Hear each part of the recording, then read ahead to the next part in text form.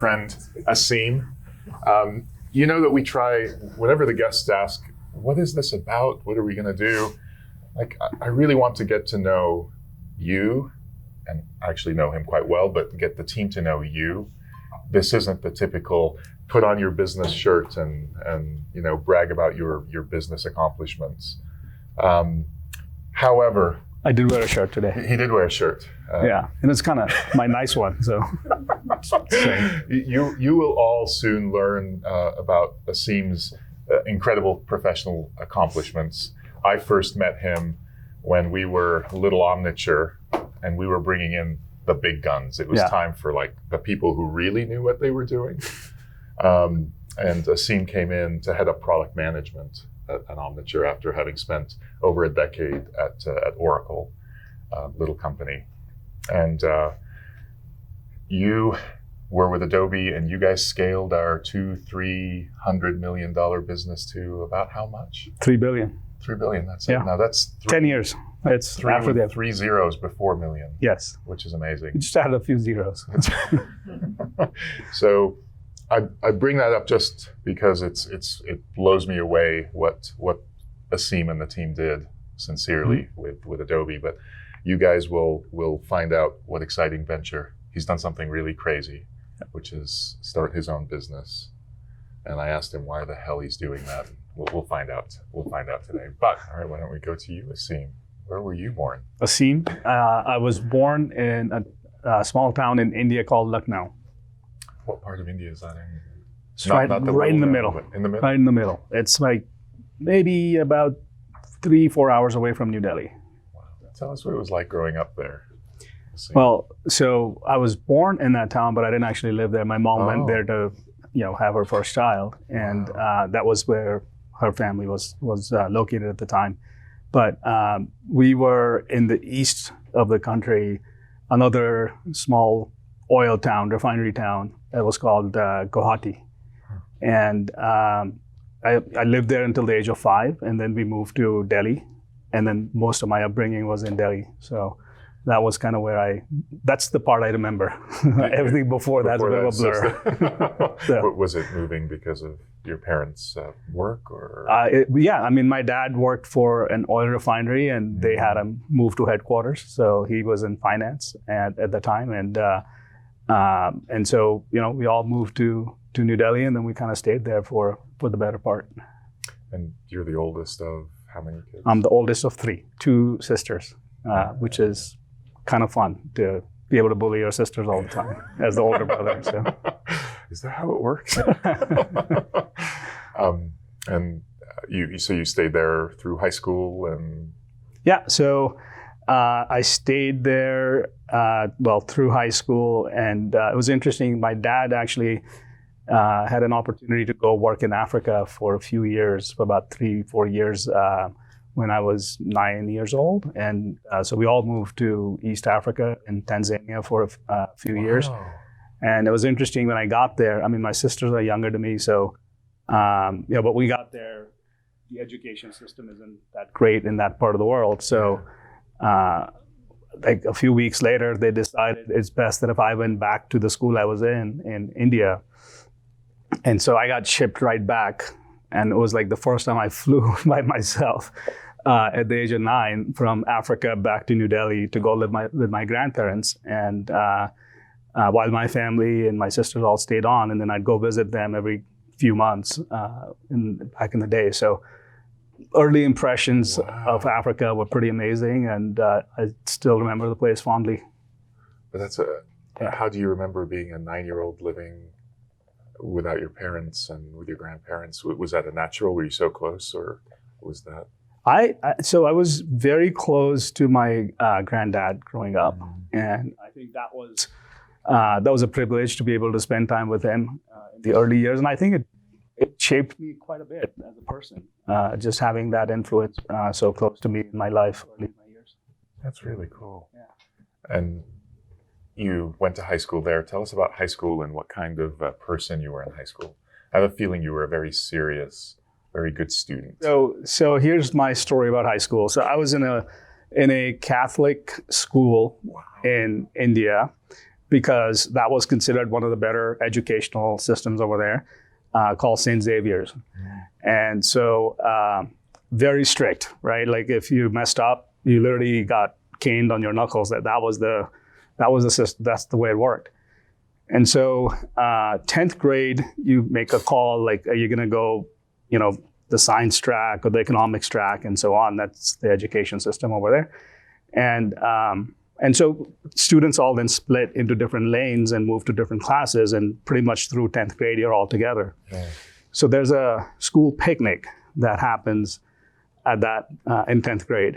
And, we're all like 15-year-olds, I think, at that point, and or 16, and we go to the school picnic, and it's a place called India Gate in New Delhi. If you look it up, it's like a pretty well-known landmark.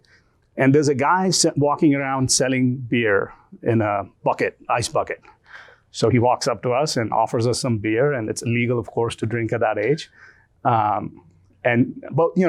we pool our money, we buy one bottle, and there's like 8 or 9 of us. We had a sip each, pass it around.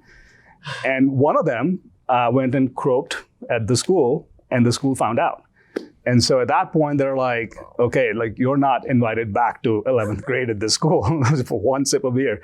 So then I switched to a different school. It was really that serious. It was, that was how, like, a Catholic school, that's a big deal, right? So they're like, you're not invited back to this school. Wow. And so 11th grade, I switched to a different school. So this is where, looking back, at moments that kind of changed the way the way it shapes your life.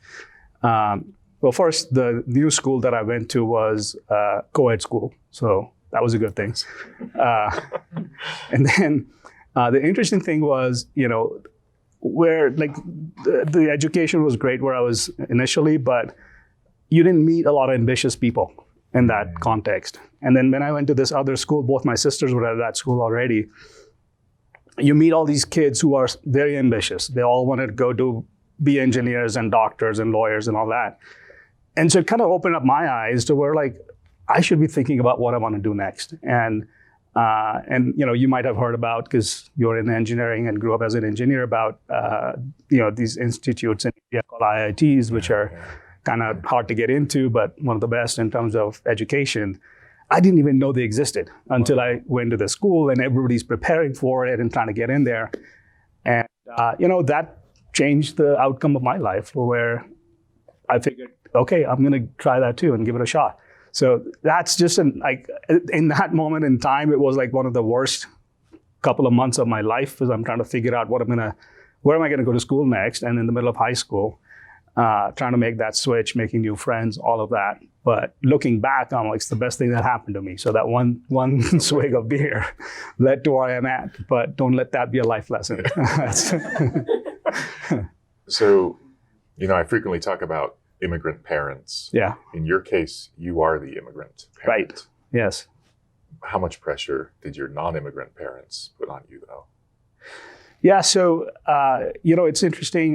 Those of you grew up in India, familiar with India, there's not, in the generation I was growing up at, there were a couple of paths you could pick. You could, be an engineer, be a doctor, be a lawyer, maybe a couple other professions, and that would lift you out of kind of a middle class upbringing, which is solidly where we were as a family.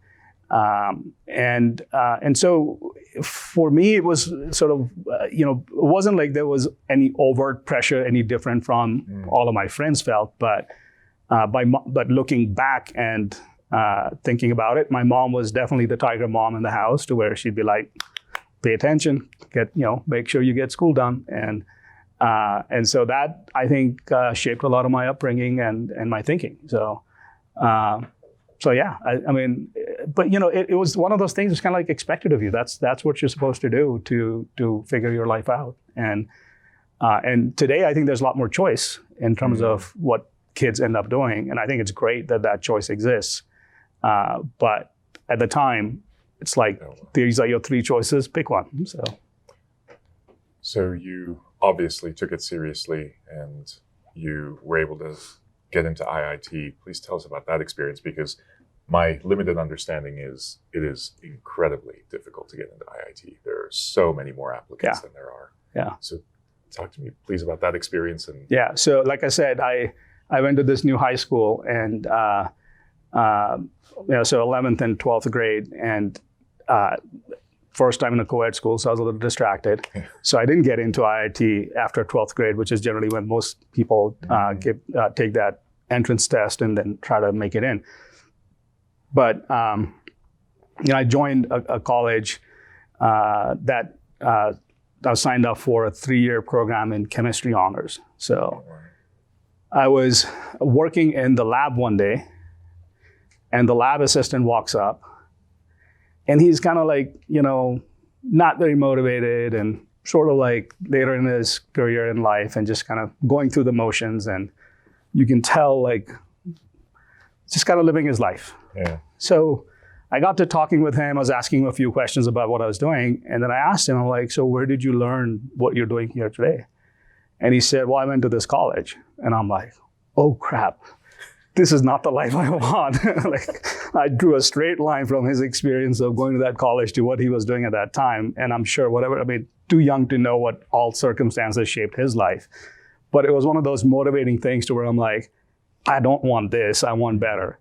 And literally that evening on the bus ride back home, I stopped at this prep schools where they, teach you math and science, and you work hard to prepare for an entrance exam. And I signed up, and I went home and told my parents that I was no longer going to be spending time in this college, and I'm going to take another shot at the entrance exams next year. And so the next 4, 5, 6 months, roughly 4 or 5 months, I was basically 24/7 just working on that one goal. And then second time I got in. And the other motivating factor was that, my dad is an accountant. He's a numbers guy. And I always thought that accounting was kind of a boring profession. It's just how you perceive whatever your dad does is not that interesting. So when I declared at home that I was not going to be going to college and instead trying this other thing, so he was very supportive. He's like, great, you should give it a shot if that's what you want to do. My mom was very worried, like, what if you don't get in? Like, she was always the one who had the practical response. And so my dad looks at me and says, well, this is your second shot, is your only next shot. So if you don't get in, then I will help you figure out how to be an accountant, because that's what I know. And so that was another motivating factor. That I got to figure this out. Like, I am going to get in. So I put in my best effort and I got in. So that's amazing. Yeah. I love the fact that at our age, we still think back when asked about our pasts. Yeah. There are these moments in time. You bring up a sip of beer with 9 or 8 other kids, or being in a lab. And literally, those are the moments that pivot everything. It's incredible. And in that moment, I don't think you know that that's what's happening. But I think when you look back retrospectively, it's very clear, like as day, like, what kind of just gentle nudges that changed the direction of your life. And I don't know, it's interesting just kind of looking back at this point. So you were doing chemistry, Aseem, before. Now you're at IIT. What did you decide to study? Yeah, so I got into IIT and I picked up mechanical engineering, and spent the next 4 years trying to figure that out.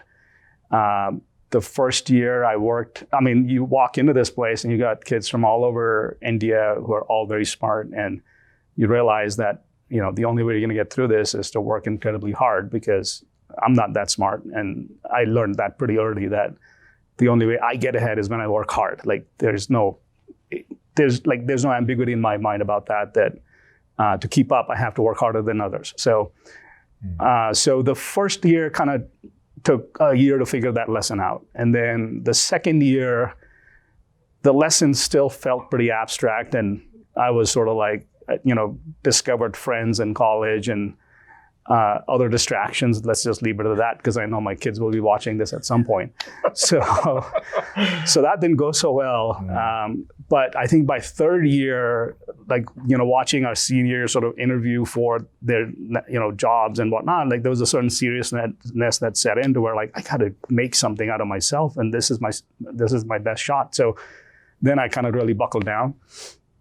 and started paying attention to what I was doing. And I was fortunate to get an internship at a very well-known and well-respected engineering sort of powerhouse in India that was doing some pretty advanced stuff for that time and that place on robotics. So I went there for the summer, and I just had a great time just going really deep into this stuff, and then came back very inspired, like, I want to do this. Like, I'm actually interested in this now. So it was a journey. It wasn't just like get in and get out. It was just like ups and downs, as with anything else. So if our perspective is American universities, yeah, what's it like at IIT in terms of, do you live on campus or do you not? And are the first year of classes, is it halls with hundreds of kids and their weeder classes to get you out, or is it a different system there?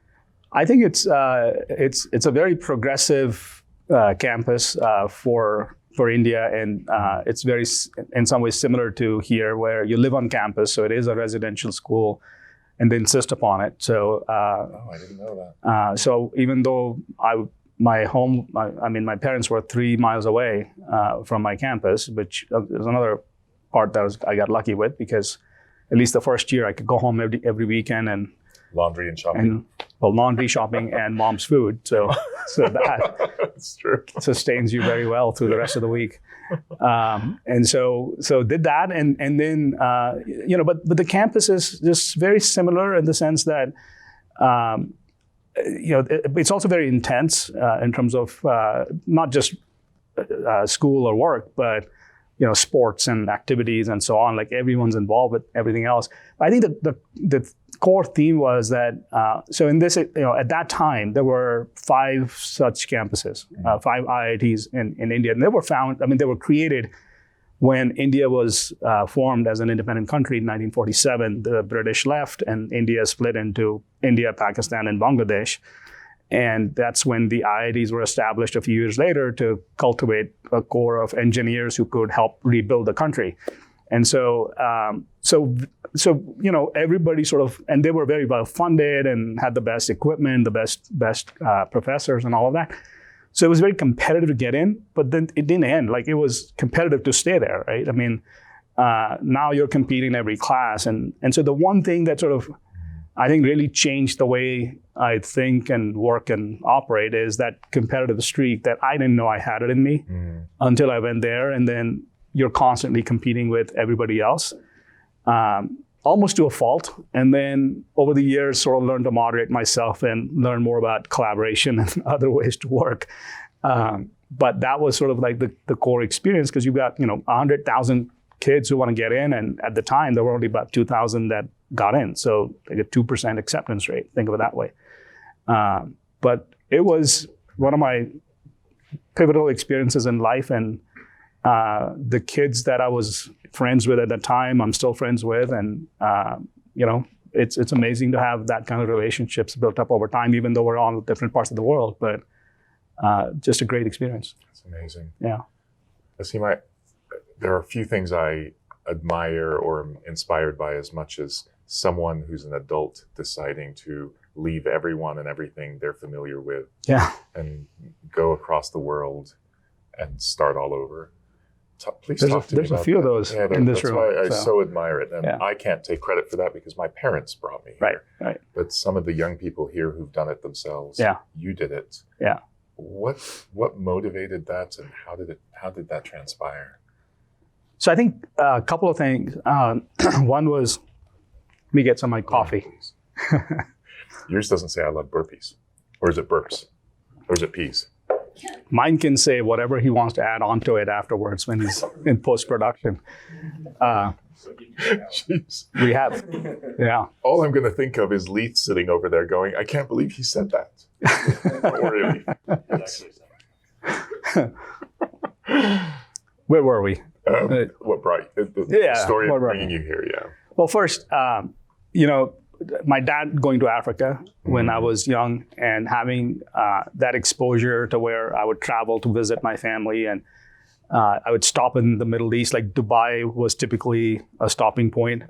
I actually remember as a kid, like, and I would travel alone. Like there was unaccompanied minor, I think was the status as a kid. And, you're sort of get on the plane and you hope to get off on the other side and see your parents standing there. So that's kind of how it worked. And I actually stopped in Egypt one time in Cairo. So, and the time, like the flights would you stop, you go to the hotel, and then you fly the next day. And so it wasn't like now where it's like the connections are a few hours apart. And so anyway, but it opened my eyes to where there's something outside of India. Like that was sort of, it was interesting. Like the world's much bigger than what I think it is. And then as I got older, I distinctly remember the 1984 Olympics. There was Carl Lewis, baby. It was Los Angeles, wasn't it? 1984, yes. Right. Yeah. So I remember that as well. Yeah. So the Asian Games was kind of the mini version of Olympics for that part of the world, had just happened a couple of years ago, and as part of that, India rolled out color television in the whole country. Right. So those of you who are like, how old is this guy? But that was like, so I got a color TV. Supposedly my birthday gift, but like the whole family, of course, benefited from it. But that was like, okay, so this is interesting. So they were broadcasting the Olympics live for the first time in color. And I watched this in Los Angeles and I was like, holy cow, like, I mean, my dad takes me to Africa and now look at this country. This is where I want to be. So it was just one of those things where at that moment in time, you don't necessarily know how it's impacting you, but there was sort of this aspiration that someday I want to go visit this place. Like, this is amazing. And then it wasn't until, so when I was in IIT, it was very happenstance in how I got here that there was a international student association that at the time operated in 72 countries, and it was all student run. And they kind of focused on raising internships at local companies and inviting students from other countries to experience the culture and learn from the work experience and so on. So I kind of gravitated towards that because it was non-engineering kind of work to be a part of it, and work with local business leaders to raise internships and do sessions like these with thought leaders and so on. And so I applied through that program and I finished IIT. And you do get like campus interviews and different options as soon as you graduate. And my choice was to go make paint in a very well-known company in India in Mumbai, or go work on an oil rig with Schlumberger off the coast of Indonesia, or there was a computer matching process that matched me to Nebraska, to a manufacturing company in this little town. And it was initially intended to be a 6-month program. So I'm gonna go do that. So doesn't pay anything. You just go to this place in Nebraska, no idea, like never been here. Nobody in my family had ever been here. And I'm thinking Los Angeles in my head. I'm serious. It's not Los Angeles. So, yeah. So I show up and they're telling me about corn huskers. I'm like, what is that? So, but it was really fun, really, really fun. I stayed with, like, the local students then host you for the initial time. And so I landed up in Lincoln, Nebraska with one suitcase and a bag. And the suitcase, actually, the airline lost. So I had no clothes other than what I was wearing for about 3 or 4 days until they found my suitcase and brought it over. And so like a week or 10 days later, the students there said, okay, now your internship's about to start, so we're going to take you to where it's supposed to be. I'm like, okay, like whatever, well, let's go. And so these two students drive me like 90 miles away from Lincoln to this small town, Columbus. And it's about, like, at the time, probably like 16,000 people, which is less than how many were in my campus in New Delhi growing up. So I show up there and we go to this like factory, like, very traditional kind of manufacturing factory, small, like $100 million business, the well-known employer of that area. Yeah. And they're like, this is your workplace. I'm like, wonderful. And where's the town? And they said, well, we just passed through it. I'm like, are you serious? So I didn't notice the town. It was literally that small.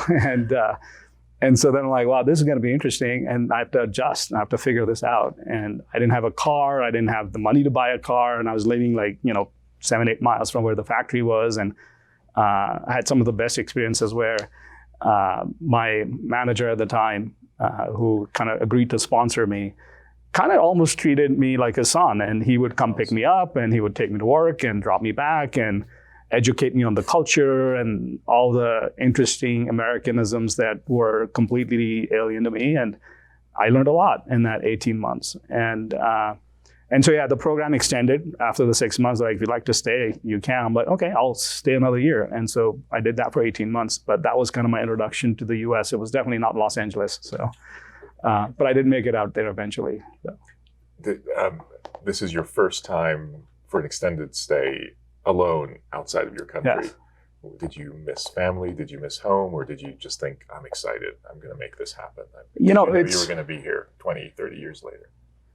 I did not think I was going to be here 20, 30 years later. I did think that I was going to do this for a little while and then I'd go back home. And I think this is one of I think for those of us, like my children, for example, who were born and raised here, I don't think we appreciate this enough, the opportunities that this country sort of puts out for people who are willing to engage and take advantage of it.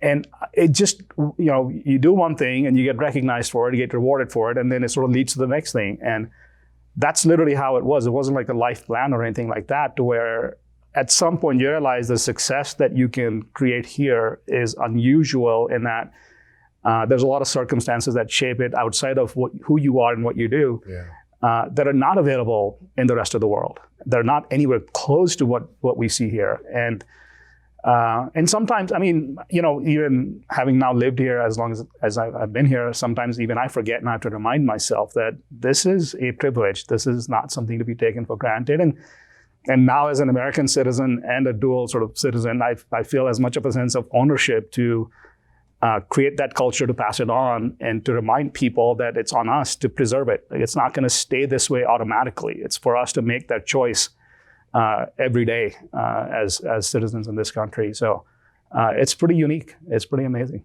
And I'm not like the one guy here saying this. I mean, there's hundreds of examples of people who come in and experience, have similar experiences of personal growth and success that are unusual because they wouldn't get that in their own country. Aseem, those are such meaningful words. I suspect you think about this as well. How do you maintain that sense of gratitude and opportunity and desire to work hard? You see your own kids who are fantastic, obviously, but they're American kids, and meaning they might not be familiar with what opportunity looks like in India, just like mine. Do you have that sense of obligation to, like, I want them to know and continue that?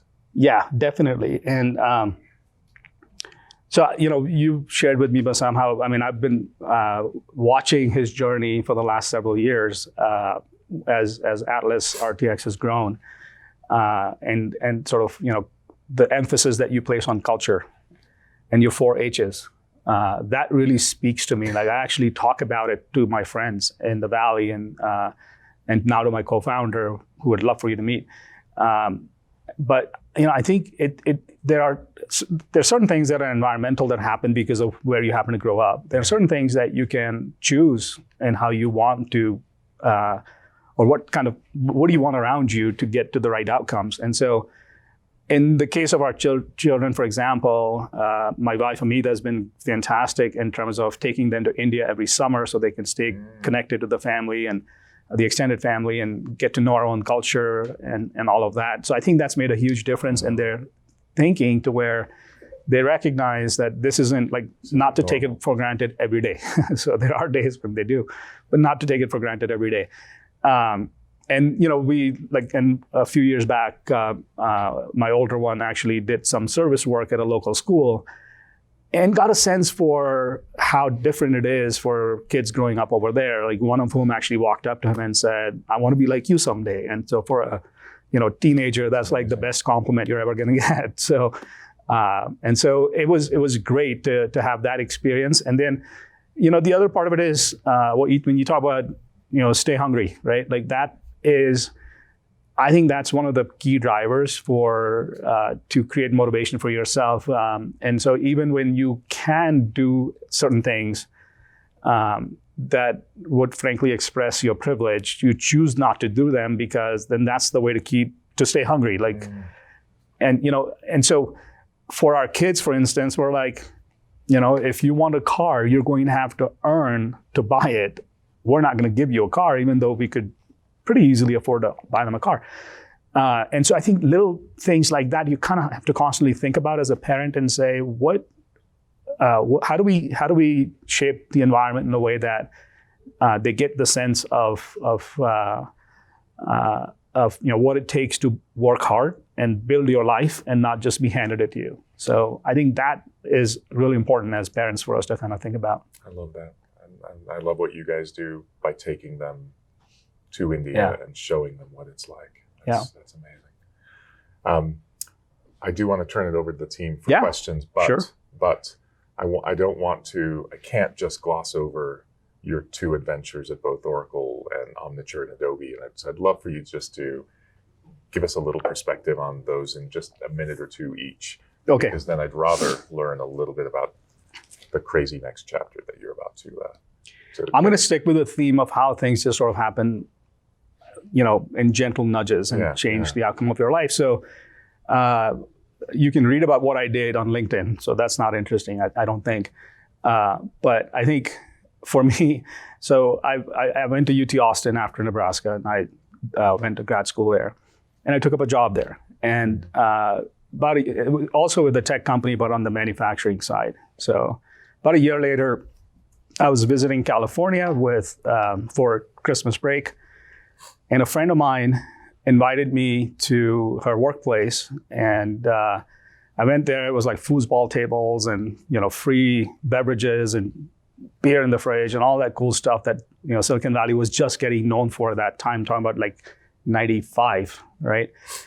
And then she showed me what she was working on over there, and it was the Netscape browser before it was publicly released. And I saw that, I'm like, wow, this is a game changer. Like literally, like in my mind, there was a light bulb that went off. Like this thing's gonna be big. And then it's like, wow, look at the energy of this place. I need to be in California. That was sort of like this one thing that sort of clicked and said, I need to be here. And on the same trip, through a friend of mine, I put in my resume at Oracle, and then 2 months later, I was working at Oracle, and I'd moved from Austin, Texas to California. And so that's how my Oracle journey started. It was like, okay, I'll spend a few years, get my green card, and then I go do a startup, and I'll be, the king of Silicon Valley. That was the dream. That's the plan. And that's the plan. 12 years later, and a lot of bruises and such, but also a lot of growth, and now a wife, 2 kids, and a mortgage, and living in Silicon Valley in a 1,700 square foot home, and paying out of my nose for a mortgage. I'm like, what am I doing? This is crazy, and there's got to be a better way to do this. And so then, interestingly, there was an opportunity that came up from a recruiter at Omniture, and they introduced me to Josh James.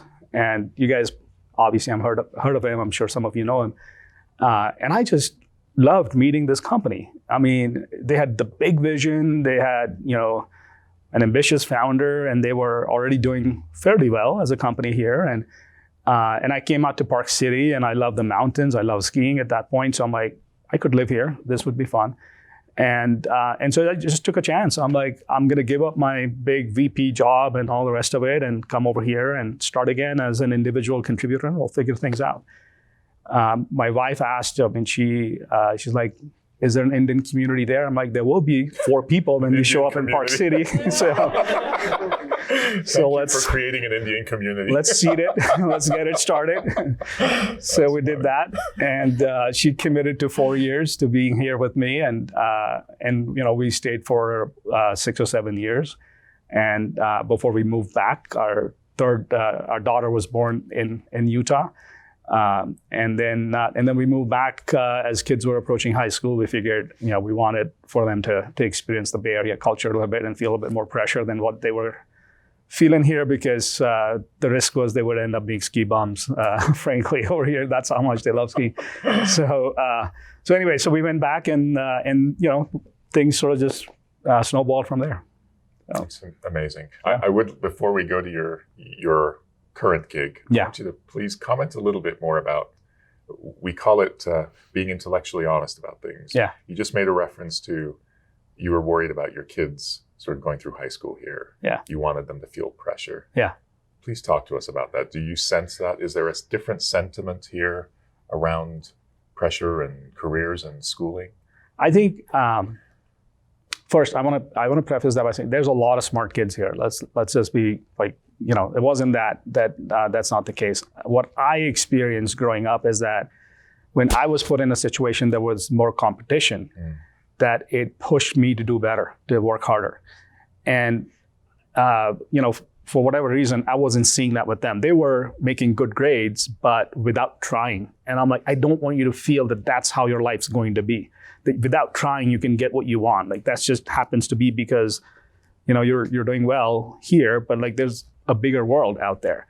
And so when the oldest was in middle school, then we decided it was time to try something different. So we went back to the Bay Area. And I think that helped in many ways. First, sort of reconnecting culturally to the local, like there's a strong Indian community there, as you know, and so that helped a lot. And then, the being part of that school system helped a lot.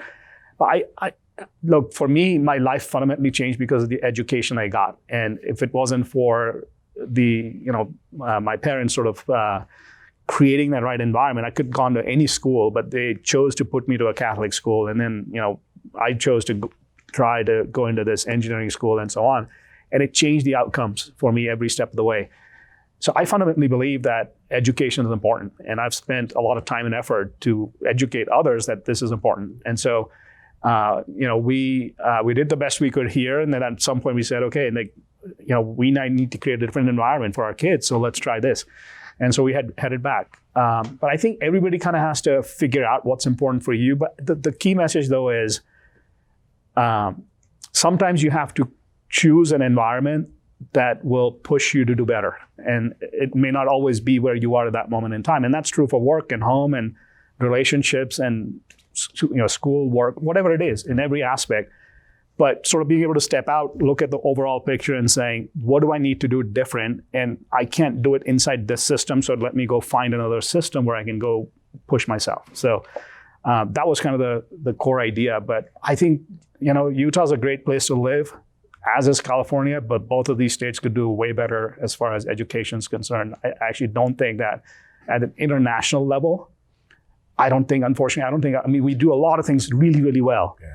But kind of the core STEM things that really will create that next generation of the economies and so on, I don't think as a country we do that very well. And I speak from the lens of having grown up elsewhere and having experienced that education system. I'm sure you could speak to China in a similar vein, but there's a lot more to be done there than what we do today as a country. And it's just, to me, that's like, I feel a sense of urgency around that. So I could keep going and going and going, but out of respect for your time and the hard stop and wanting to give it to the team, I'll send it to you. But I encourage one of you to ask him a little bit about his current adventure. It doesn't have to be the first question. So why don't we open it up? Scott.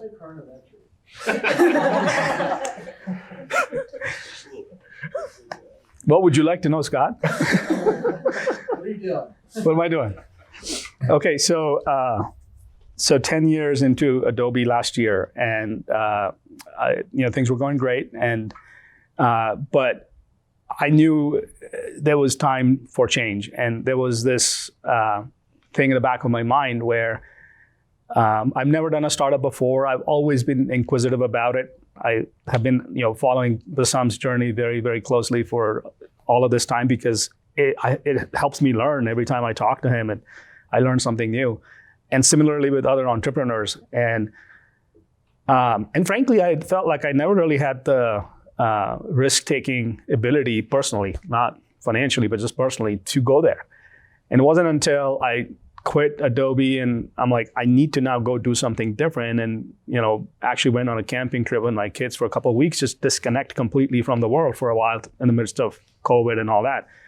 Where it occurred to me, if I don't do it now, I'll never do it. And so this concept of that Jeff Bezos talks about, the regret minimization framework. When you're 80, you don't want to look back and say, I didn't do this.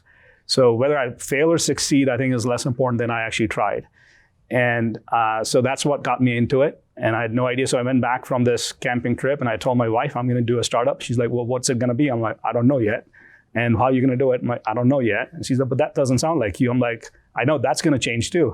So, well, because you're going to do something new, you have to change to do it. So that's how it started. So what am I doing? I kind of looked at how data flows across inside an organization.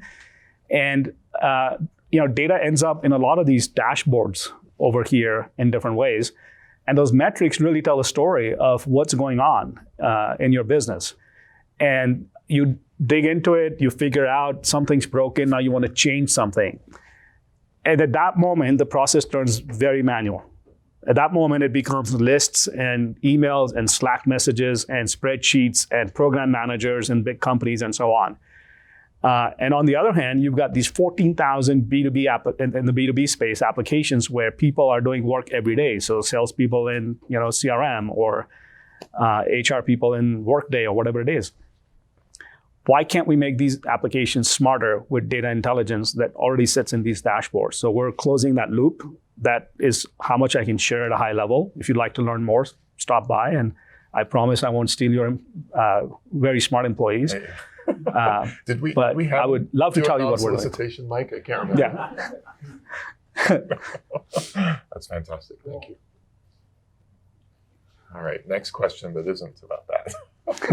All right. So you spent a year and a half in the mid-90s. Are you a Cornhusker fan? Am I Corn? Yeah. The first game I went to in the U.S. was a Cornhusker game against Florida State. 1992, right before. No, Florida State was at the Super Bowl. They ended up at the Super Bowl that year.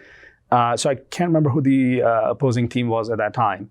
But there's nothing like that anywhere else in the world, let me tell you. Like, it's just ridiculous. And I mean, it was negative temperatures, and we were all, bundled in, and, guy grew up in India in the warm climate, just suddenly like sitting in minus 10 degrees and watching a football game. I had no idea how it works, but the energy was just beautiful.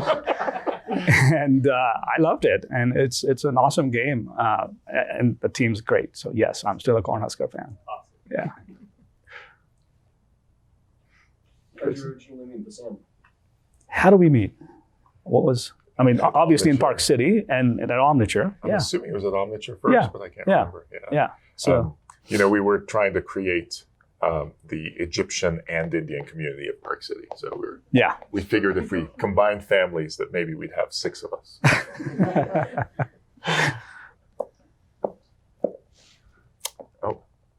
Scott. So when you moved back to the Bay Area, were you still with Omniture?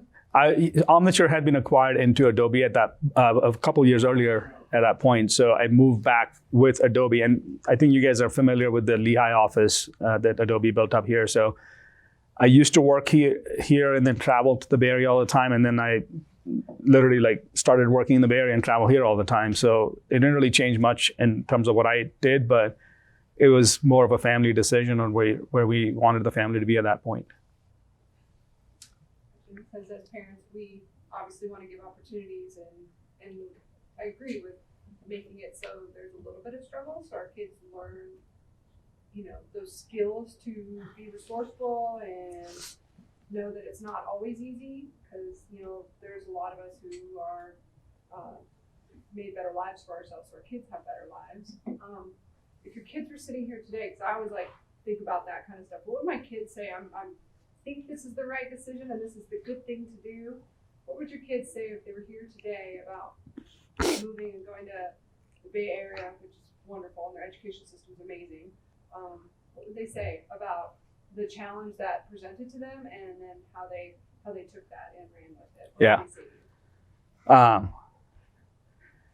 I don't know what they would say to me, but I think I can tell you my perspective, what I saw happen as they made the transition. I think it played out differently for everyone, for all 5 of us in the family. It was way harder on one person than the other in the family. Unanticipated, like, what we thought would be fine didn't work so well, and what we thought was going to be hard actually worked just fine. So I don't think you can always anticipate. I mean, you can anticipate, but it doesn't always how it plays out. I think if you were to ask my kids, I'm sure that they have a love for the mountains and skiing in Utah, and we try to preserve that by coming here very often and spending our vacations and time reconnecting with friends over here. But they also appreciate that moving to the Bay Area, like looking back, like both of them, the older 2 are now in college, that was a good thing for them because it shaped their thinking in a different way. I think they recognize that in a maybe not as explicit a way, but in a more deeper way that they get that. So, because we've talked about it, and now they have friends. I mean, as a teenager, you care about your friends more than anything else. So they have good friends in the Bay Area, and they enjoy that. And then they come out to the mountains here, and they run into their friends from before. So it's I think that, and I've encouraged my kids to go out and spread their wings. So like my oldest was in 9th grade, I think, where he expressed the interest in Japanese culture. So like, go live in Japan for a couple of weeks through this program that lets you live with a family and go to school locally and all of that. And he did that on his own. Like, he flew out there to Japan, took a train to a small town and found this family that he was going to live with for 2 weeks and learned Japanese and all of that. But it's like, it's kind of hard as a parent to like, is he going to be okay? Is he going to be fine? Am I doing the right thing? But, I was putting guardrails all along the way, like calling my friends in Japan and saying, my kid's coming over, I'm going to call you if there's a problem. Like, he doesn't know that, but he's kind of like going on his own and spreading his wings. So I think that's the best you could do as a parent. Well, Aseem, thank you so much for being so open, so candid, and tackling so many of these things and taking the time to spend with us today. Yeah. Thank you so Thank much. you for inviting me, and thank you for sharing everything that you have with me in the past, learning about Bassam's journey. It's inspired me to go do something on my own as well. We'll see where it leads. Thank you so much. Thank you.